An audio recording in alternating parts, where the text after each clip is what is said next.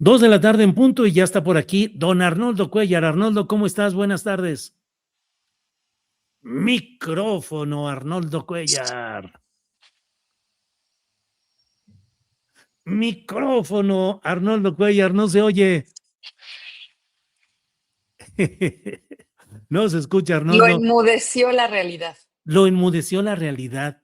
Diana, ¿te enmudece a veces la realidad? Pues nos enmudece a todos, o debería, ¿no, Julio? Yo creo Debería. que al único que no enmudece es a ese tipo de seres humanos como los Donald Trumps, Ujú. pero a Así. los demás nos enmudece de pronto. ¿Ya me escuchan? Sí te Sí, escuchamos, pero te vamos a decir que no. No se escucha, Arnoldo, ¿qué es lo que estás diciendo? Con un micrófono que es más eficiente que el otro, que no sé qué le pasó. Espero que eso no tergiverse mis palabras. Arnoldo, ¿algo te ha enmudecido política, socialmente en épocas recientes? Sí, digo, sí se queda uno sin palabras frente a muchas cosas que están pasando, pero creo que debemos cambiar el chip, porque también, y aquí Diana sabe mucho de eso, los modelos con los que analizamos la realidad, pues ahí están, nos hemos acostumbrado a ellos y a veces hay que cambiarlos también, ¿no? Porque la realidad cambia radicalmente.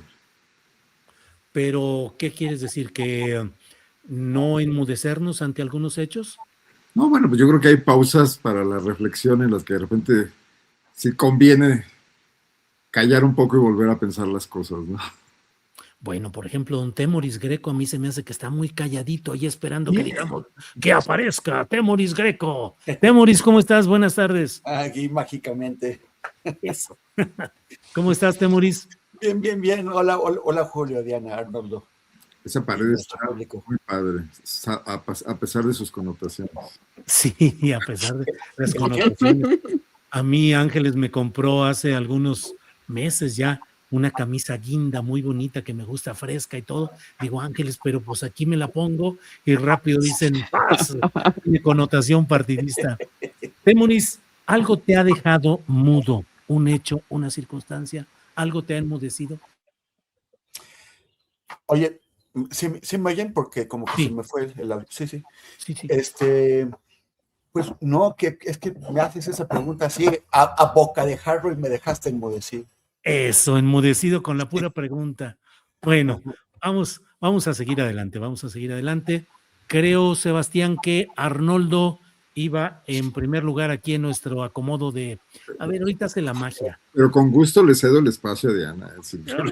Ya está ya reacomodado todo y vamos sobre algunos asuntos.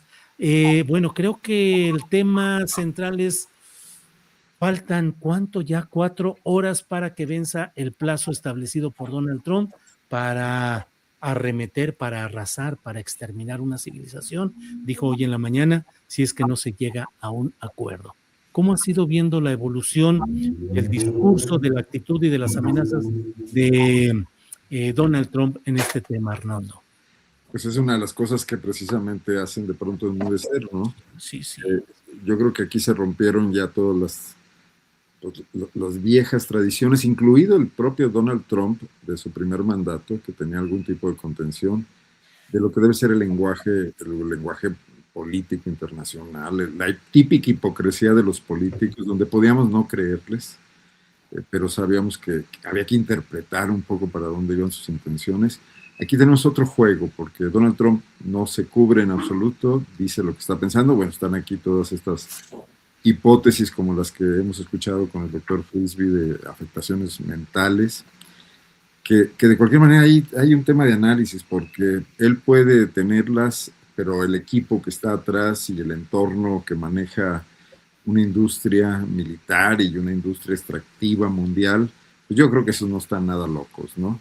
Y habría que volver a ver esta extraordinaria película que se llama Vice, que es la historia de Dick Cheney, el vicepresidente del segundo mandato, de los mandatos del segundo Bush, y cómo aprovechó los acontecimientos a su alcance para iniciar una guerra que sobre todo iba tras el petróleo de Irak.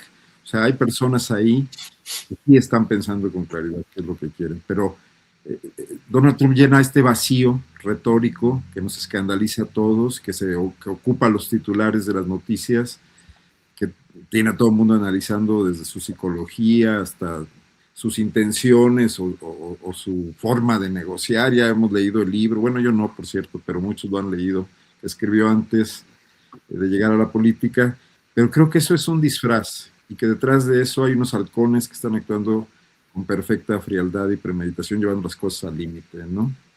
Los mercados, por ejemplo, ya los están descontando, ya ayer no hubo caídas en las bolsas por sus exabruptos.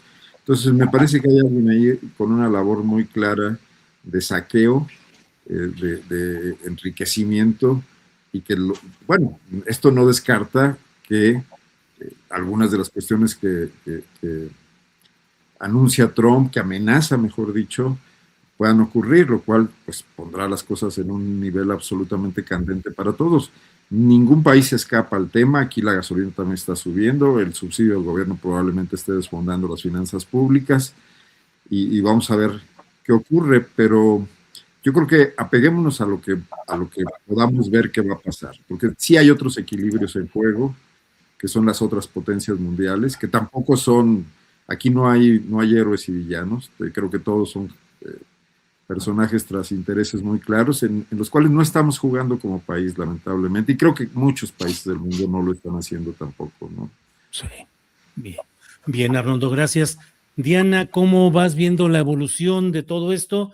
Estamos a menos de 4 horas de que cierre este plazo impuesto por Donald Trump y el discurso apocalíptico, las amenazas graves de exterminar toda una civilización, arrasar con un país entero, devolverlos a la edad de piedra, 100 años para que puedan reconstruir, si es que cae toda la furia militar estadounidense contra esta nación, contra Irán. Diana. Y todo a nombre de Dios, porque así cierra el Sí, mensaje de Donald Trump, ¿no? Que sí. espera que Dios bendiga al pueblo iraní. Sí, Ujú. también eso dicen los billetes, ¿no? Los dólares dicen In God We Trust. Sí, Em, Eso es lo que hace tan terriblemente claro el hecho de que aquí hay una doble moral todo el tiempo, ¿no? Yo creo que la amenaza, aunque ya ha sido atenuada de alguna manera con las declaraciones que, bueno, que intentan, ¿no? Menguar aquellas interpretaciones que han visto en esta declaración, pues la amenaza del uso de una bomba nuclear, ¿no? Porque de qué otra manera se puede acabar en un instante con una civilización si no es con una bomba nuclear. A sabiendas de que han sido los Estados Unidos la única nación que ha utilizado este tipo de recurso bélico para pues poner muy claro, ¿no? Su dominio estratégico y militar. Creo que desafortunadamente lo tremendo de Donald Trump es que efectivamente es inasible, no hay aparentemente elementos dentro de la propia estructura gubernamental de los Estados Unidos que estén logrando maniatarlo. Han sido muchas las declaraciones ya pues no solo de la oposición a su gobierno, ¿no? Desde figuras quizá, ¿no? Tan vistosas como Bernie Sanders o aquellas otras que de alguna manera incluso estuvieron dentro de su estructura gubernamental y que ya han mostrado que aquí no hay ninguna política a seguir, ¿no? Fuera de lo que ya Arnoldo pues nos decía de manera general, es decir, por supuesto que el interés porque libere el estrecho de Hormuz es que esto ya no sea la gran herramienta que ha servido a Irán para generar la presión económico-política que requiere en contra de la guerra que le ha declarado los Estados Unidos. Pero además de eso, yo leí un tuit de Temoris, ahora me le voy a adelantar a su argumento, pero es que me parecía que lo decían con mucha claridad. ajá, Que decía que Donald Trump se puso en una esquina, ¿no? Espero decirte bien, parafrasearte correctamente. Es decir, claro, si dices que vas a acabar ahora con una civilización y no lo hace, que tocamos madera, ¿no? Para que no lo haga, eh, el problema es que se le va agotando efectivamente esta retórica, esta forma de extrapolar el discurso, de hacerlo hiperbólico y llevarlo al extremo, y entonces, todo el tiempo esta necesidad de atenuarlo, dado que las propias fuerzas económico-políticas a las que tiene que enfrentar le van poniendo un alto. Creo que haría falta escuchar en este momento, en estas horas en particular, las declaraciones de algunos jefes de Estado que ya tuvieran, ¿no?, la estatura moral y política de decir que este tipo de declaraciones son inadmisibles. Hace falta escuchar a las naciones europeas que presumen de ser precisamente los garantes de la civilización occidental y que, pues, ante esto parecen mudos, ¿no? Ellos dicen que se van quedando mudos y silentes. Sí. Y lo que sorprende es, por otro lado, la estrategia que está siguiendo el gobierno iraní, ¿no? Estas vallas humanas que están ahora rodeando esos centros estratégicos de energía, ¿no? Vallas, filas humanas de mujeres, de hombres, que por supuesto sabemos que eso no frena ninguna bomba, pero que está enviando un mensaje poderosísimo al mundo. La estrategia de comunicación de Irán ha sido verdaderamente sorprendente, ¿no? Frente a la torpeza, digamos, el modo de hablar, de dirigirse de Donald Trump, que se ve como un bárbaro, ¿no? No deja de recordar ahora lo que dijo sobre que aprendería español muy rápidamente, ya es Sí, ya sí. mero. Sí, ya lo quisiéramos ver, pero él español y cualquier otro idioma, pero el Ya punto mero. es, sí, ya mero. El punto es si realmente este hombre tan torpe, ¿no? Tan provinciano, de pronto enfrenta una estrategia de comunicación tan inteligente como la que está siguiendo el gobierno iraní. Diríamos que está ganando la batalla narrativa el Irán y fíjense, me parece que se puede constituir cuando menos no no porque sea analogable en términos de la estrategia, de la duración del conflicto, ni la profundidad, pero sí de alguna manera en el nuevo Vietnam de los Estados Unidos. Claro. Y creo que eso es algo que lo que nos pone en la mira también es el paradigma de civilización. Cierro solo con esta idea. Hace un momento entrevistabas a este doctor Farah, ¿no? Sobre esta cosa Sí. maravillosa de que se pueda estar viendo la luna. Y mientras se puede estar viendo la luna, estamos aquí todos pensando al mismo tiempo, como hace 50, 70 años, en una bomba nuclear. Así es. Bien, Temoris Greco, ya te quedaste sin argumentación porque Diana ya aprovechó expresamente, dijo lo que escribió Temoris. Así es que háblanos mejor de fútbol, Temoris, o de alguna otra cosa. Temoris, por favor, lo No, relacionado con este no, tema. ya tengo argumentos porque me puse a buscar qué había tuiteado Arnoldo, entonces ya. Entonces, ya con eso. ¿Cómo ves todo el tema de Trump y sus acusaciones y señalamientos apocalípticos y el plazo que cierra ya en muy poco tiempo, Temoris? Fíjate que acabo de compartir un video de algo que dijo ayer el ministro de Seguridad, Itamar Ben-Gvir, de Israel, en donde está defendiendo la ley que acaban de aprobar sobre pena de muerte para los palestinos. Es tan democrático y tan justo ese país que se aprueba una pena de muerte para los palestinos, pero no para los israelíes. Y ha sido impugnada en la Corte Suprema. Y él dice que la Corte no lo puede cambiar y que él ya les ha quitado todos los palestinos y que ahora quiere quitarles las vidas. Así lo dice tal cual. O sea, no hay interpretación, no hay una vuelta. Él dice, ya les quité todo, ahora quiero quitarles también sus vidas. El ministro de Seguridad de una nación democrática. ¿Cómo va a decir otra cosa? ¿Qué disuasión podría encontrar si el presidente de la mayor potencia de la Tierra dice, voy a destruir una civilización, ¿por qué no? Y como mencionaba Diana hace un momento, los países europeos se quedan calladitos. ¿Cómo así? O sea, hay una... O sea, a ver, otra vez me fijé, vi que habías estado hablando con el doctor Frisby y me fui a buscar a ver qué decía sobre su pronóstico de que antes del Día de las Madres, este señor ya se le acaban de ir las cabras. Uh-huh. Y el doctor Philip Frisby pues ve que sí. Él suele tuitear de madrugada, suele, así como ordena que se envíen andanadas de misiles, hace andanadas de tweets en la madrugada, todos exasperados fuera, que eso corresponde con algo que ya había, o sea, un síntoma que ya había mencionado el doctor Friedman, ¿no? Que hay horas de madrugada en donde se despierta, ya está súper activo, y de pronto ya hacia la tarde ya mejor no tiene actividades, porque pues ya el problema que trae de desgaste intelectual, pues ya le empieza a pasar la factura. Pero entonces manda esto, también se peleó con más gente esta madrugada, insultó a otros, lo más grave fue este tema.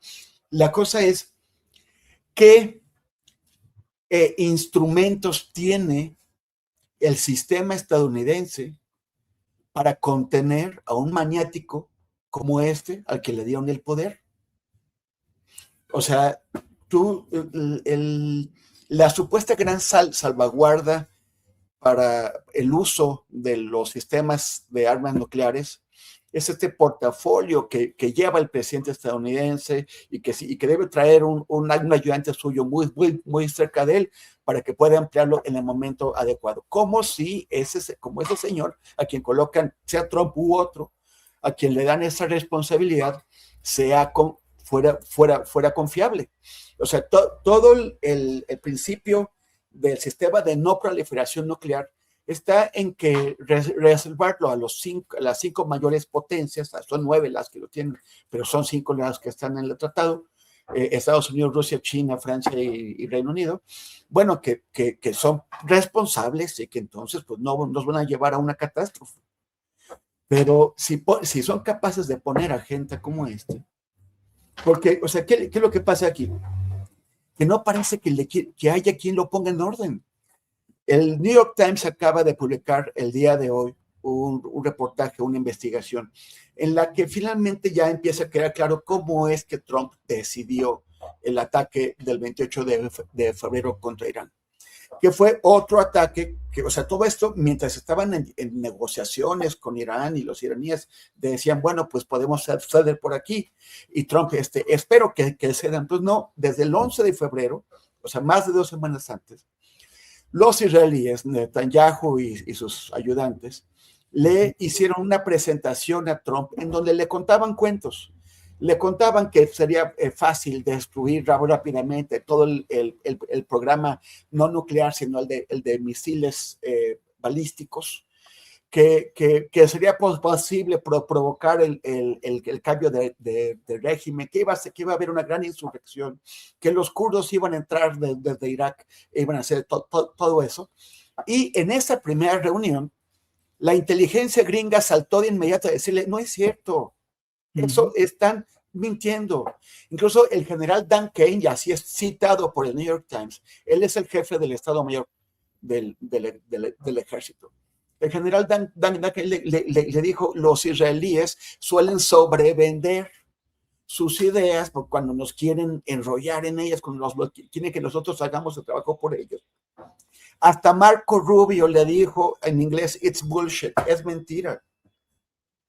Pero una vez que pasaron dos semanas, hubo otra reunión del 26 de febrero, ya cuando quedaba claro que Trump sí le estaba comprando el cuento a Netanyahu, todos los que pudieron haber hecho para pararlo prefirieron quedarse callados.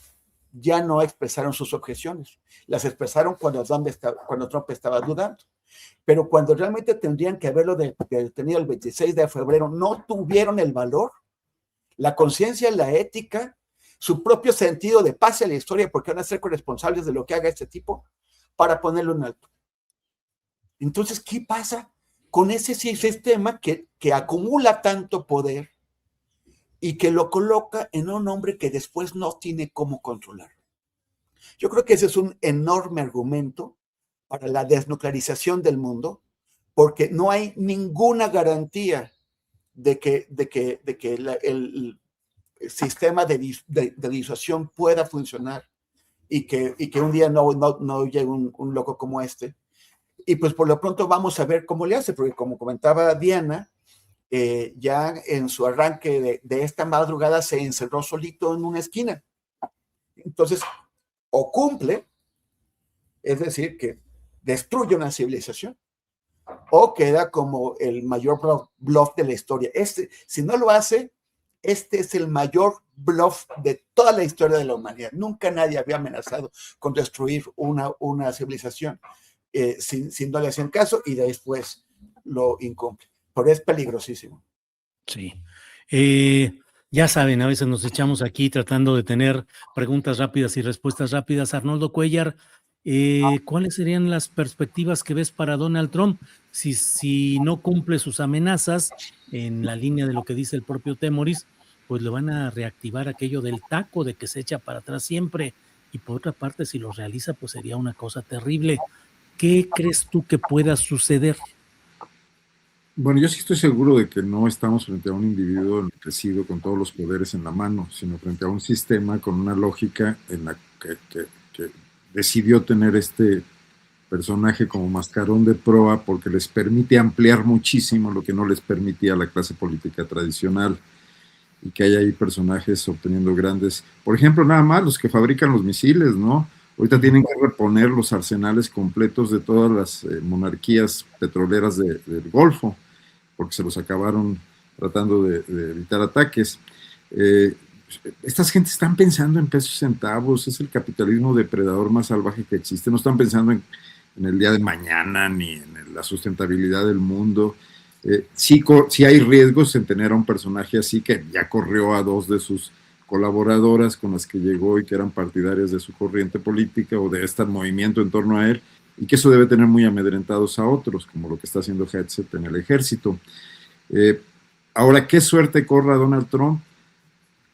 No lo sé, pero estas personas están tratando, digo, a mí me parecería que los más preocupados deberían ser el Partido Republicano, porque sí pueden sufrir las consecuencias de todos estos excesos durante mucho tiempo, pero al mismo tiempo se está resquebrajando esta estructura bipartidista. Y entonces lo que queda como gobierno en Estados Unidos son las grandes corporaciones capaces de influir en la toma de decisiones y ya violentando la tradición democrática, que tampoco es la más antigua del mundo, pero nada más tiene 200 años. Pues realmente han pasado peores cosas en la historia que la destrucción de un sistema político como este, ¿no? Nos la han vendido como una piedra de toque civilizatoria, pero realmente siempre ha sido, digo, tiene su chiste, hay que estudiarla, etcétera, pero pues es una forma de instrumentación y bueno, aquí tenemos a una lectora de Marx que seguramente mejorará muchísimo lo que yo digo, o lo corregirá incluso, que es Diana Fuentes. Entonces, ¿qué pueda pasar en las elecciones del medio término? Me parece hasta un poco irrelevante, porque ese congreso que pueda surgir, que también estará polarizado y que no veo moviéndose muchísimo los datos de votación a la hora, porque MAGA y las gentes que están pensando que Trump les ha dado una respuesta a muchas de sus inquietudes, preocupaciones, paranoias o intenciones, pues descontarán algunos de los problemas en los que él metió, pero no veo que del otro lado haya todavía un poco esto que pasa en México, que la oposición no encuentra banderas propositivas y que solamente están instalados en la crítica. No veo al movimiento No Kings todavía construyendo figuras políticas. Entonces, más bien creo que estamos metidos en una pesadilla que no tiene una gran solución, o sea, porque es la decadencia de un equilibrio político que medio funcionó bien para convertirse en un imperio, pero no para resolver los problemas ni siquiera de sus propios ciudadanos, ¿no? Bien, Arnoldo. Diana, estamos en presencia de algo que puede significar de manera trascendente el aceleramiento del declive del imperio estadounidense, de su predominio mundial, por un lado, o simplemente pase lo que pase hoy, el sistema político y económico estadounidense solamente puede tener cambios cromáticos o escénicos, republicanos, demócratas, elecciones, lo que sea, pero a fin de cuentas ese sistema pueda seguir más o menos flotando sin gran problema. Diana. Mira, yo coincido con algo de lo que dice Arnoldo. Yo creo que ya la presencia de Donald Trump es la manifestación de una crisis de ese sistema político, ¿no?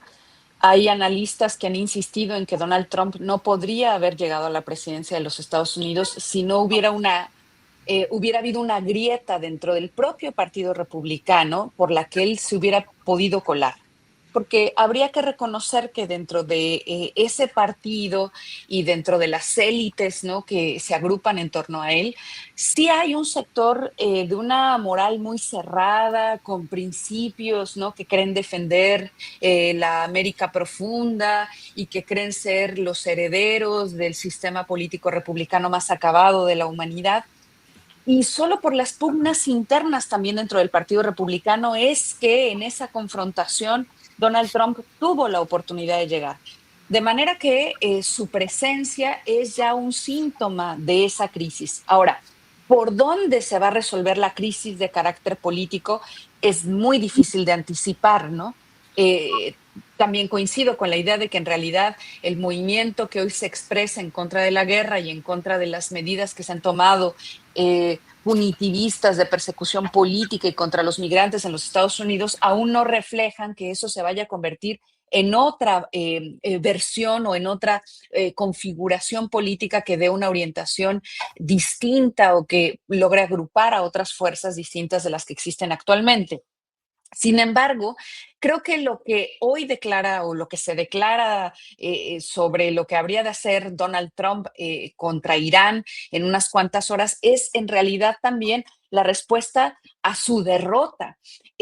Donald Trump ha sido derrotado en distintos frentes, siendo un país con tal poderío bélico, con tal poderío económico, con tal fuerza, ¿no? ¿Cómo es posible que lo único que pudo hacer en Venezuela es llevarse a su presidente? No cambió el sistema, no entró en esa nación. ¿Cómo es posible que con todo lo que ha dicho que habría de hacer sobre el pueblo gazatí contra toda posibilidad humana sigue resistiendo? ¿Cómo es posible que con todo su poderío bélico hubiera dicho que en unos días acabaría con Irán y ahora tiene que subir, ¿no?, la apuesta porque en realidad no lo ha logrado? Entonces, son triunfos relativos los que ha estado teniendo y más bien derrotas evidentes en el terreno que le permitiría afirmar un poderío incuestionable. Eso lo vuelve altamente peligroso. ¿Qué consecuencias va a tener al interior de los Estados Unidos? Creo que a pesar de que esto, vuelvo a esa idea, no se está configurando una versión política que congregue eso, sí ya hay una fractura que puede decantarse a esa o mantener esa vertiente de derechas, esa vertiente que se afinca en el poder económico y político y que conduce a esa nación por la vía de la guerra y que también la representa un sector del Partido Demócrata, o si esto logra, ¿no?, convertirse en un espacio de oportunidad para las fuerzas más progresistas de los Estados Unidos, entonces podría haber un recambio. Me preocupa que esto también es significativo para lo que está sucediendo en el mundo en general. En realidad, también Donald Trump me parece que es un fenómeno que expresa las tensiones que se están dando en tantas otras naciones europeas y en tantas otras potencias del mundo, ¿no? Porque tampoco vemos no solo que las naciones europeas se opongan de manera decidida a lo que está sucediendo, sino que también vemos pues una Rusia que mide muy bien sus propios intereses, ¿no?, que no se los juega en exceso, una China que también, ¿no?, se posiciona discursivamente, pero que también mide muy bien, ¿no?, lo que le conviene y lo que no le conviene. Entonces vemos aquí una ejecución de la Realpolitik en la que las víctimas pues vienen a ser aparentemente lo de menos. Digamos que entonces hay la posibilidad, estamos ante una moneda lanzada al aire sobre lo que pueda suceder en los Estados Unidos. Pero déjame anotar algo sobre algo que dije hace un momento en mi participación anterior y que causó aquí mucha animadversión o alguna animadversión en el chat sobre lo provinciano de Donald Trump, ¿no? Y que sostengo, me parece que es provinciano. Si por provinciano entendemos la connotación negativa que tiene esta palabra, la provinciano puede tener una connotación negativa, una connotación positiva, por supuesto, ¿no? Pero en su connotación negativa me quisiera referir a lo localista que es, a lo parroquial, es decir, aquellos que no pueden mirar más allá de su propia nariz, que creen que el mundo entero solo puede existir a partir de su propia interpretación del mismo, ¿no? De la forma en la que ellos lo ven, de la forma en la que ellos lo interpretan. Entonces, frente a esa limitación, pues tener a un jefe de Estado con tal poder que cree que puede desaparecer una civilización completa, pues es lo que lo vuelve tremendamente peligroso. Entonces, para aclarar en qué sentido lo provinciano, lo parroquial de un personaje como Donald Trump, ¿no? Bien, Diana, gracias. Temoris, sobre este tema, ¿qué ubicas de trascendente en el sentido del declive del imperio estadounidense? Si es que crees que esto marca un momento de implosión, de un declive real, o si crees que finalmente el sistema político de Estados Unidos podrá superar esto y seguir adelante. Temoris. Bueno, hay que ver qué pasa en los días, las horas y días que vienen, ¿no? Yo creo que ya hay muchas fuerzas en el sistema estadounidense que están alertas, incluido adentro del Partido Republicano, incluso gente del movimiento MAGA, que ya están preocupados. También hay gente dentro del movimiento MAGA que ve el declive intelectual y de autoridad de Donald Trump y que se prepara para el reemplazo. O sea, quieren proseguir un MAGA un trumpismo sin Trump, como es el caso de Tucker Carlson y de Marjorie James Taylor y otros que andan por ahí, ¿no? Que están intentando tomar la batuta ahora que ven que el rey se está tambaleando.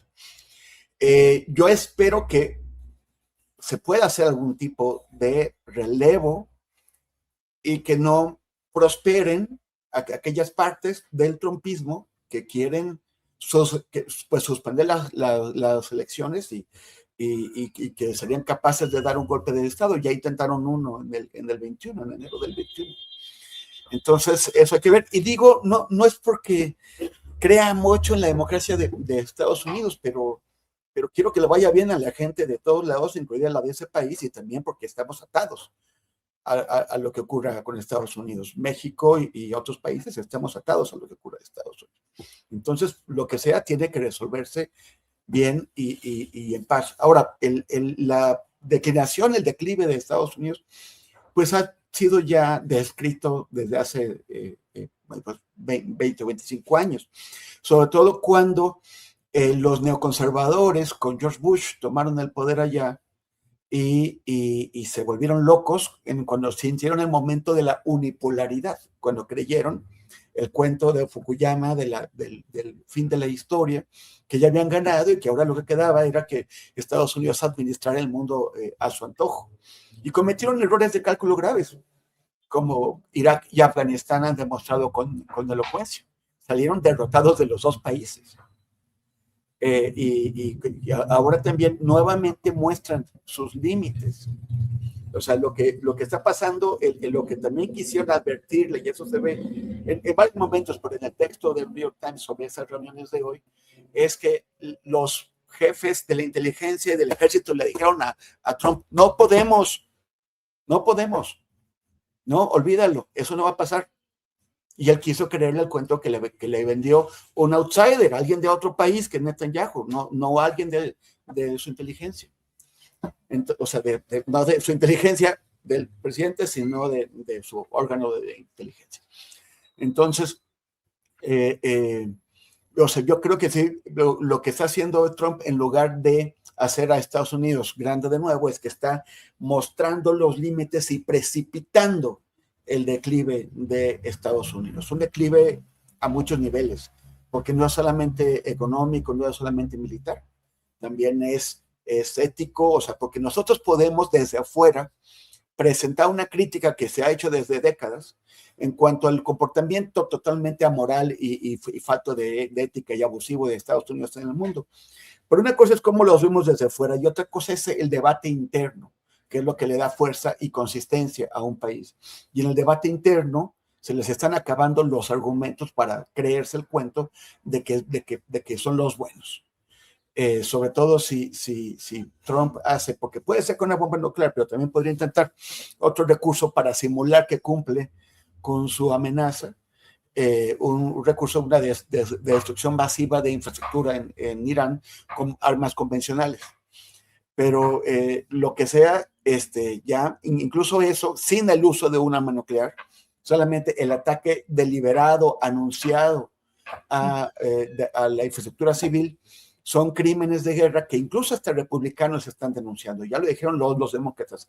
El nivel, así como Trump se refiere a la gente, habla de la gente, de sus rivales políticos, con un lenguaje desusado en Estados Unidos, antes siempre la gente podía atacar al presidente, pero nunca lo insultaba y siempre anteponían Mr. President. Mr. President tal cosa. Pues ahora ya le están diciendo loco, desquiciado, senadores y representantes y hasta gente de su propio ámbito. Eso yo creo que también es un reflejo de esta decadencia política y moral de Estados Unidos. Bien, Temoris Greco, gracias. Arnoldo, Diana, Temoris, tenemos varios temas. Antes de entrar a algunos de ellos, tenemos tantito tiempo. ¿Qué opinas, Arnoldo Cuellar, sobre el tema de la evolución del tema de los desaparecidos, la conducta, la postura del gobierno federal, las recientes declaraciones del presidente del comité relacionado con estos temas en la ONU? En fin, ¿cómo vas viendo la discusión de un lado y de otro, Arnoldo? Con tu micrófono abierto ya. Ya me controlan desde allá de la cabina central. Houston. Si así nos controlaran, este mundo está bajo control. Sí. Algo está bien, Arnoldo. Pues yo soy de los que lamento profundamente la respuesta que se ha dado el gobierno mexicano y la presidenta, porque creo que si en el mundo hay personajes como Trump, como Putin, etcétera, que se han encargado de degradar al máximo a las instituciones internacionales y al marco jurídico, pues las naciones emergentes, las naciones que nos conviene que haya un orden internacional que valga lo mismo. Bueno, sí, sabemos que nunca fue así, pero el voto de una nación, de una potencia que la de un país, pues, una potencia media o incluso un país menor en tamaño, en población, en fuerza, no es sano desconfiar de las instituciones internacionales.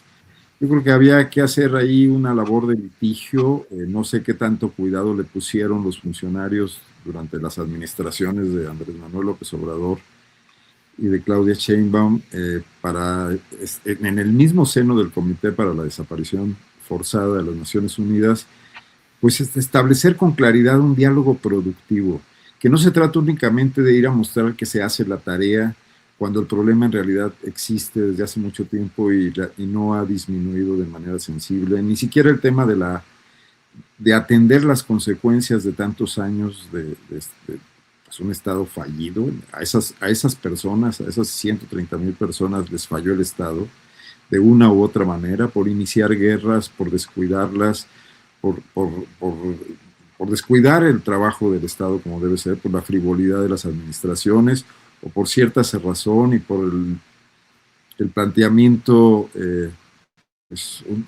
ni siquiera creo que llega a ser ideológico, sino simplemente táctico de Andrés Manuel López Obrador, de establecer que con la llegada al poder de una fuerza política distinta, de Morena, de una izquierda, las cosas cambiaban nada más por ese solo hecho. En realidad las cosas hay que cambiarlas en el terreno, en el espacio público, y ahí no se avanzó mucho.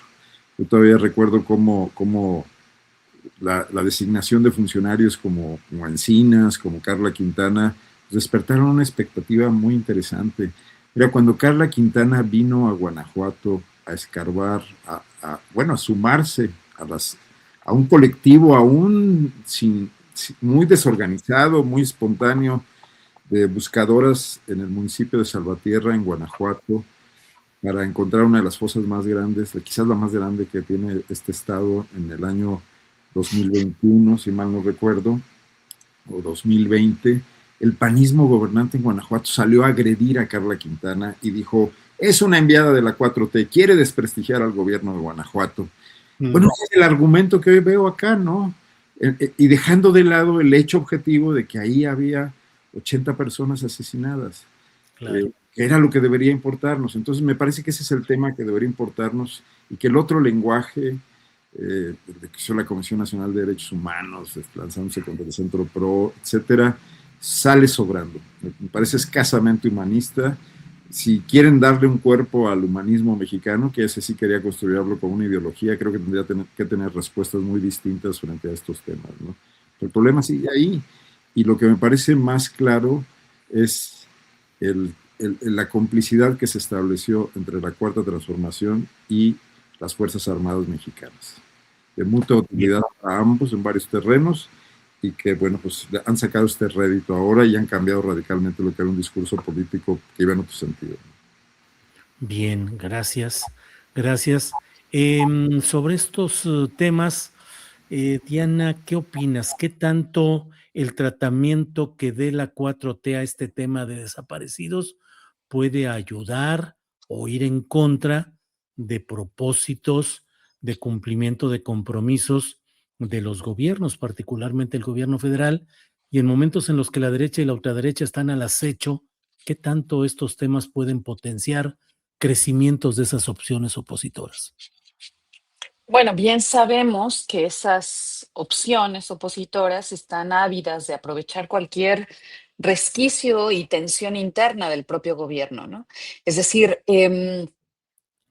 hay en esas oposiciones muy poco interés también por los desaparecidos. No veo cómo es que el propio PAN o el PRI o algunos de los que apuntan a ser futuros partidos pudieran con alguna solvencia moral hablar de que se reconozca esa compleja realidad de nuestro país cuando ellos han sido parte de los gobiernos en los que precisamente se desarrolló esa cruenta guerra y los efectos que esta contrajo y que entre otras cosas tienen que ver con esos miles y miles de desaparecidos desde hace tantos años. Entonces, bueno, creo que eso ya bien lo sabemos. Esa oposición no tiene solvencia moral para pararse frente a ese hecho. Lo cierto es que en nuestro país el tema de los desaparecidos sigue siendo una herida abierta, una herida que por más que se intenta presentar como ya suturada, como ya cicatrizada, es como esas cicatrices que dejan una marca muy grande, ¿no? Y que por más que las quieras ocultar, siguen siendo visibles. Y a veces son muy desafortunadas muchas de las declaraciones que se hacen desde la 4T, cuando lo que se intenta es mostrar las efectivas y que pueden ser argumentos que tengan fundamentos sobre cómo es que hay que matizar el tema de las desapariciones respecto, no matizar, sino más bien apuntalar correctamente al hecho de que quiénes son los responsables de esas desapariciones, de dónde, digamos, cuáles son sus fuentes y cómo se pueden documentar. Pero son desafortunadas porque la función del Estado, la función de una estructura gubernamental es, entre muchas otras, garantizarnos la posibilidad a los ciudadanos de tener una vida pacífica. Esa es su función.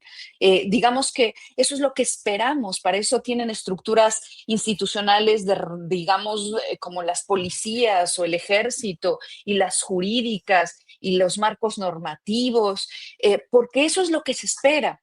Y entonces, cuando de pronto escucha uno ciertas declaraciones de figuras muy notables dentro de la Cuarta Transformación, que inmediatamente responden como, no, pero nosotros desde 2018 han disminuido las cifras y nosotros lo estamos haciendo mejor y se han clasificado de manera equívoca. Y todo eso puede tener un fundamento que pueda ser demostrable.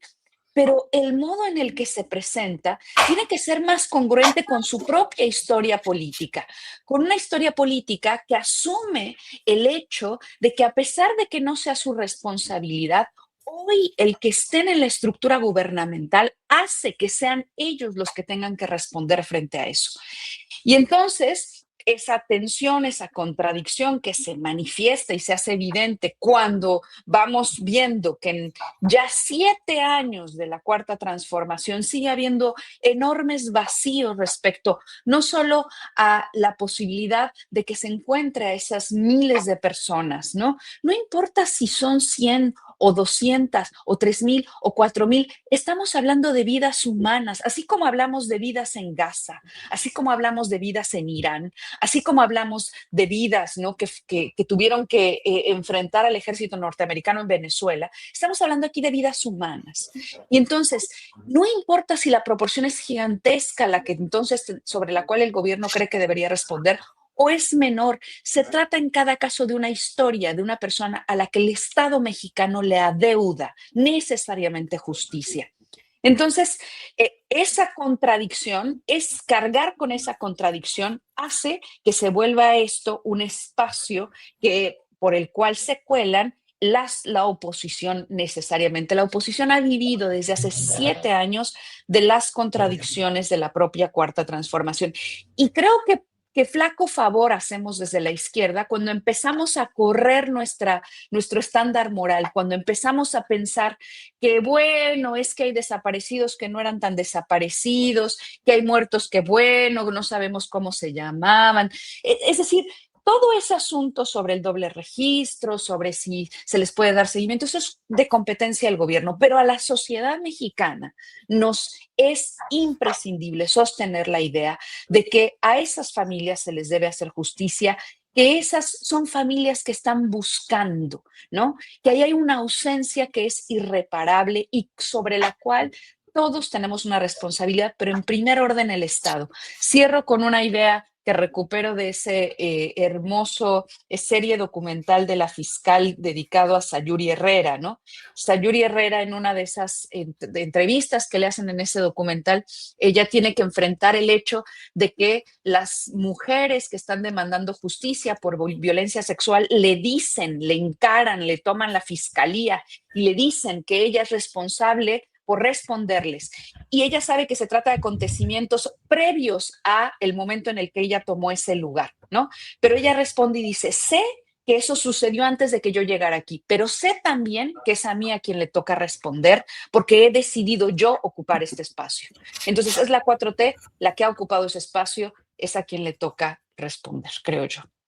Bien, Diana, gracias. Temoris Greco, sobre este tema, ¿cómo ves la evolución de la discusión, el debate y incluso los reposicionamientos que pueda haber en este tema y pues las consecuencias derivadas en términos políticos, ideológicos y electorales de la forma de tratar este asunto? Temoris. Pues yo empezaría por decir lo que dijo la compañera, porque estoy muy de acuerdo con lo que acaba de comentar Diana. Me parece, es que los principios no son como los de Groucho Marx, ¿no? Que si no te gustan, pues tengo otros. Hemos estado viendo un montón de veces cómo personas que estaban en una posición antes de que llegaran de la 4T, una posición de principios, de pronto ya los principios no le parecen tan importantes o ya los matizas o encuentras alguna manera de acomodarlos cuando es la 4T la que tiene el poder. Y al revés, como gente que con el prianismo jamás mostró un interés por los principios y de pronto ahora ya todo, la libertad de expresión, los derechos humanos, los desaparecidos ya ahora ya son muy importantes para ellos. Y pues a mí me parece que es fundamental la consistencia, por eso estamos en eso, en el periodismo, en la política, en la academia, donde estemos. Si no somos congruentes, entonces aquí estamos jugando, no seamos hipócritas. Cuando al principio del genocidio en Gaza, en noviembre del 23, o sea, llevaba un mes de ofensiva Israel, ya había 7,000 muertos. Eran los primeros de los que después serían 70,000, según el conteo del Ministerio de Salud, seguramente son más. Pero en aquel tiempo ya estaban empeñados en descalificarlos y les preguntaron a Joe Biden que qué opinaba de los 7,000 muertos que habían matado a Israel. Y él dijo que no, que él desconfiaba de las cifras porque eran de Hamas. Entonces, bueno, pues si no confías en las cifras de Hamas, pues ¿cuáles son las buenas, según tú? ¿Cuánto es demasiado para ti? Si no te gustan 7,000, 5,000, ¿ya crees que es la buena? Y eso no es demasiado, 3,000. Y luego, cuando pasen más semanas y se acumulen, ¿cuándo vas a decir ya es suficiente? Ya es demasiado, ya lo vamos a parar. O sea, creo que es un error hacer el debate sobre las cifras, sobre el número correcto, sobre la interpretación a cierta clase de desaparición y a otras. Sí debemos tenerlo claro para una cuestión de revisión académica, de estadísticas, pero lo fundamental tiene que ser atender esta emergencia. Eso es lo fundamental. No podemos ponernos a jugar con números y después voltear a ver a las madres y decir, ay, perdón, ¿no? O sea, ¿estamos con ellas o no estamos con ellas? Entonces, yo creo que eso, o sea, que no se puede seguir repitiendo el error que ya cometió Andrés Manuel en varias ocasiones durante su mandato, de interpretar toda reivindicación social, toda demanda popular como un ataque. Cuando empezaron las mujeres con un activismo más fuerte, Andrés Manuel escogió por verlas como enemigas, cuando pudo haberse convertido en su estandarte, o el que encargara su estandarte, de decir, sí, vengan a Palacio Nacional a decirme lo que tengan que decir y vamos a entrarle al tema. Y así con otros temas. Claro. Ahora, yo creo que Claudia tiene que hacerlo. No debatir con la ONU, no debatir por números. No, miren, vamos a poner manos a la obra. Y, por ejemplo, una cosa que podría hacer sería rescatar el Centro Nacional de Identificación Humana, que es fundamental para que eso se haga y que al final del sexenio pasado quedó medio desmantelado. O sea, creo que esa es una cosa que hay que empezar a hacer. O sea, Claudia puede tomar la bandera de las familias de los desaparecidos en lugar de ponerse a debatir cosas, debates que además ni se ganan ni se pierden. Los que están a favor van a creer y los que una cosa y los que están en contra van a querer otra. O sea, no, yo no veo que nadie vaya a cambiar de opinión. Bien, Temoris, gracias. Bueno, pues tenemos espacio para un postrecito de 2-3 minutos cada cual, así es que Arnoldo Cuéllar, sorpréndenos, por favor. En esta ronda yo diría que sería un crimen mayúsculo de la izquierda o de cualquier izquierda abandonar el terreno del sentido común para dejárselo a la derecha. Creo que pueden pasar muchas cosas, pero no eso, ¿no? Que la ideología no ciegue eso, cuando vemos cosas clarísimas, ¿no? Como es esto y otras, que ya no me extenderé. Bueno, comentar que en Guanajuato fue asesinado en plena calle, a la luz del día, a las 9 de la mañana, el director de la Junta de Agua Potable de Irapuato, sin mayor, fue una ejecución directa, no había otros elementos, no fue robo, no se llevaron el vehículo. Y bueno, aquí desconcertó mucho, es un alto funcionario, las juntas de agua potable, la de León, la de Irapuato, manejan presupuestos superiores a los de muchos municipios medianos y pequeños, son poblaciones, pues, Irapuato, 600,000 habitantes aproximadamente, y el tema es saber por qué, ¿no? Y leo hoy un artículo que aparece en la jornada de Morelos, de un consultor en materia de agua, que ya lo googleé y veo que es una persona dedicada a estos temas, Juan Carlos Valencia Vargas, seguramente conocía a Roberto Castañeda, el personaje asesinado, y él habla de que ya hay una invasión del crimen organizado en el tema del agua. El tema del agua maneja muchos recursos, que hay huachicoleo de agua, hay extracción de pozos, hay pozos clandestinos, etcétera. Los organismos operadores en los municipios son los auxiliares de la CONAGUA, porque la CONAGUA, pese al enorme presupuesto que maneja, es una institución que no tiene una presencia territorial y es la que debe vigilar bueno, pues estos pozos clandestinos que abaten los mantos freáticos. Guanajuato es el estado con más pozos que no son legales, ¿no? Ilegales, y que puede haber ahí ya un tema. Irapuato también se ha caracterizado mucho en estos tiempos por ser una especie de cabeza de playa en Guanajuato, el cártel Jalisco Nueva Generación.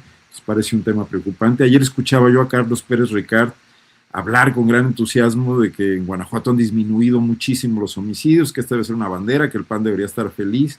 Incluso dijo que teníamos un buen fiscal, cosa que yo desmiento tajantemente y critico el chilangocentrismo de esas posturas, porque tendría que venir a Guanajuato y escuchar lo que piensa la gente del actual fiscal Gerardo Vázquez Alatriste. Sí se fue un mafioso como Carlos Amarripa, bajo cuya largo reinado de 16 años creció un cártel en Guanajuato, pero el que llegó, que es un fiscal federal, está muy lejos de ser una solución a los temas y ha crecido la impunidad en Guanajuato. Los homicidios han bajado por la actuación de las fuerzas federales, de Omar García Harfuch, de sus mecanismos de investigación, de la Guardia Nacional, etcétera, no tanto por la actuación de un fiscal, que es al que le tocaría mantener a los personajes en prisión, hacer juicios correctos y que presenta cifras que todas se diluyen en muy poco tiempo. Somos un territorio de masacres todavía. Entonces, nada más dejar esa puntualización, porque ayer sí dije, ¿dónde están leyendo? No nos definan así desde la Ciudad de México de que somos felices porque ya aquí se solucionaron los problemas. Ahora, pero no somos todos. Pero nada más me resiste derecho de réplica. Bien, Arnoldo, gracias. Diana Fuentes, postrecito, por favor. Fíjate, Julio, que yo me quedé picada con un tema de los que nos propusiste, que era este Congreso de Masculinidad, ¿no? Sí, hombre. Es que yo no sabía, me puse a investigar, es la verdad, Julio, ¿no? Que se va a celebrar del 17 al 19 de abril en el Santuario de los Mártires Mexicanos, allá por tu tierra, o en Tlaquepaque, Jalisco. Sí. Y que lo pusieron como el Congreso de Masculinidad más grande de América Latina. Y la verdad lo tengo que poner como postrecito porque yo pensaba, o sea, si ya tienen que reunirse en un congreso para defender sus masculinidades, algo aquí anda perdiendo. Es decir, pero lo interesante es que además esto lo convoca Eduardo Verástegui y Jordan Peterson, que es un personaje que ha debatido en favor del capitalismo y que en realidad pues él, como el propio Verástegui, más bien muestran que están viviendo de este asunto, ¿no? Los boletos, según la información que pude observar, estarán entre 2,000 y 5,000 pesos y esperan algo así como 10,000 asistentes. Entonces esto es una gran masculinidad, ¿no? Es una masculinidad que sabe hacer muy buenos negocios. En realidad es la masculinidad dominante, es la masculinidad hegemónica. Es decir, ahí Donald Trump pues les diría, yo sé hacer también muy buenos negocios, ¿no? Pero bueno, lo que quiero destacar de esto es una cosa que me parece muy importante. Están utilizando el concepto de masculinidad, que es un concepto que en realidad surgió como una crítica que pone en la mira el hecho de que eso que llamamos ser hombre es un constructo social, que no hay nada que esencialmente los haga más fuertes, más proclives a cuidar y a ser proveedores, ni nada por el estilo, sino que todos esos son mandatos de género, mandatos sociales en los cuales se educa a los niños desde muy chiquititos, ¿no? Para decirles que no lloren, que aguanten, que tienen que pelear entre sí, que tienen que ser, ¿no?, la versión violenta de sí mismos.